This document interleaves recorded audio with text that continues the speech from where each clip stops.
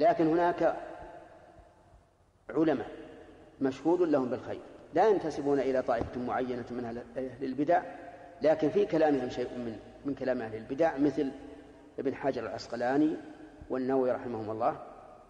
فإن بعض السفهاء من الناس قدحوا فيهم قدحا تاما مطلقا من كل وجه، حتى أنه قيل لي إن بعض الناس يقول يجب أن يحرق فتح الباري، نعوذ بالله، لأن ابن حجر أشعري، وهذا غير صحيح. فهذان الرجلان بالذات ما أعلم اليوم أن أحدا قدم للإسلام في باب أحاديث الرسول مثل ما قدمه.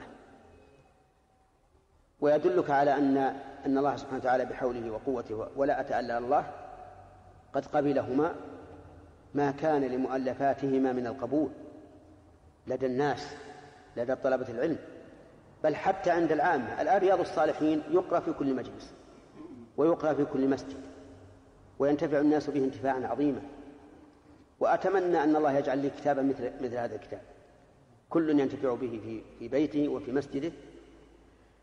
فكيف يقال عن هؤلاء إنهم مبتدعة ضالون لا يجوز الترحم عليهما ولا يجوز القراءة في كتبهما ويجب إحراق فتح الباري؟ سبحان الله. فإني أقول لهم بلسان الحال وبلسان المقال: أقلوا عليهم لا أبا لأبيكم من اللوم أو سدوا المكان الذي سد. من كان يستطيع أن يقدم للإسلام والمسلمين مثل ما قدم هذان الرجلان إلا أن يشاء الله. فأنا أقول غفر الله للنووي ولابن حجر العسقلاني ولمن كان على شاكلتهما ممن نفع الله به الإسلام والمسلمين، وأمنوا على ذلك. فإذا قلنا مثلا تحريف آيات الصفات عن ظاهرها ضلال،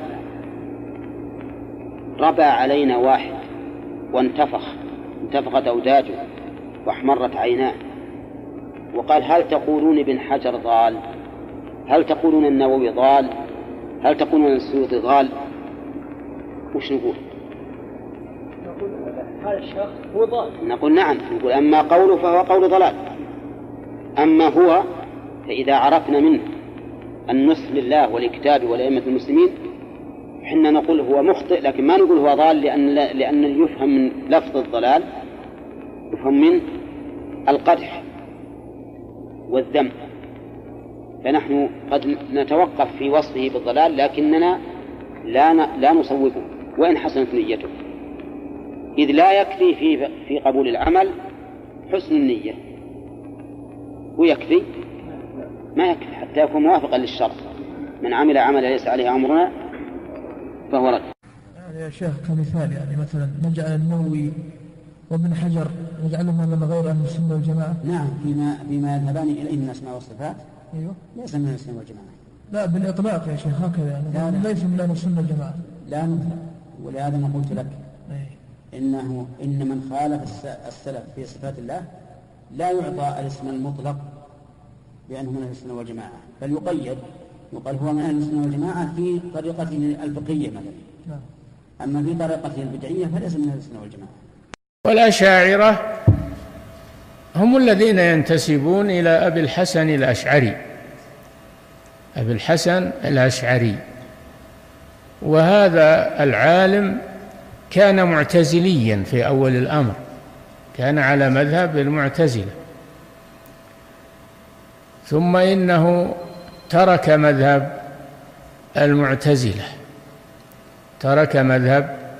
المعتزلة لما رأى بطلانه، وانتقل إلى مذهب الإمام أحمد كما ذكر ذلك في كتابه الإبانة عن أصول الديانة، وفي كتابه مقالات الإسلاميين واختلاف المصلين، وفي كتابه رسالته إلى أهل الثغر أنه على مذهب الإمام أحمد في الأسماء والصفات، وأنه ترك مذهب المعتزلة.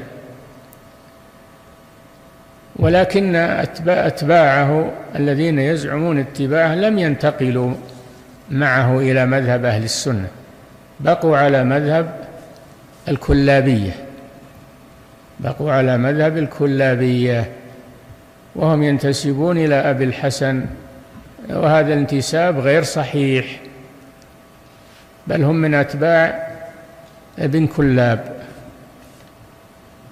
فالإمام أبو الحسن الأشعري رحمه الله تراجع وأعلن براءته من المعتزلة في الجامع بعد صلاة الجمعة، أعلن براءته من مذهب المعتزلة، انتقل إلى مذهب الإمام أحمد إمام أهل السنة. نعم. مؤسسة الدعوة الخيرية، الدعوة إلى الله هدفنا، والتقنية الحديثة وسيلتنا. يقول فضيلة الشيخ وفقكم الله: هل من الأفضل لنا أن نسمي المذهب الذي تراجع أبو الحسن الأشعري عنه أن نسميه بالكلابية لعدم صحة نسبته إليه بعد تراجعه؟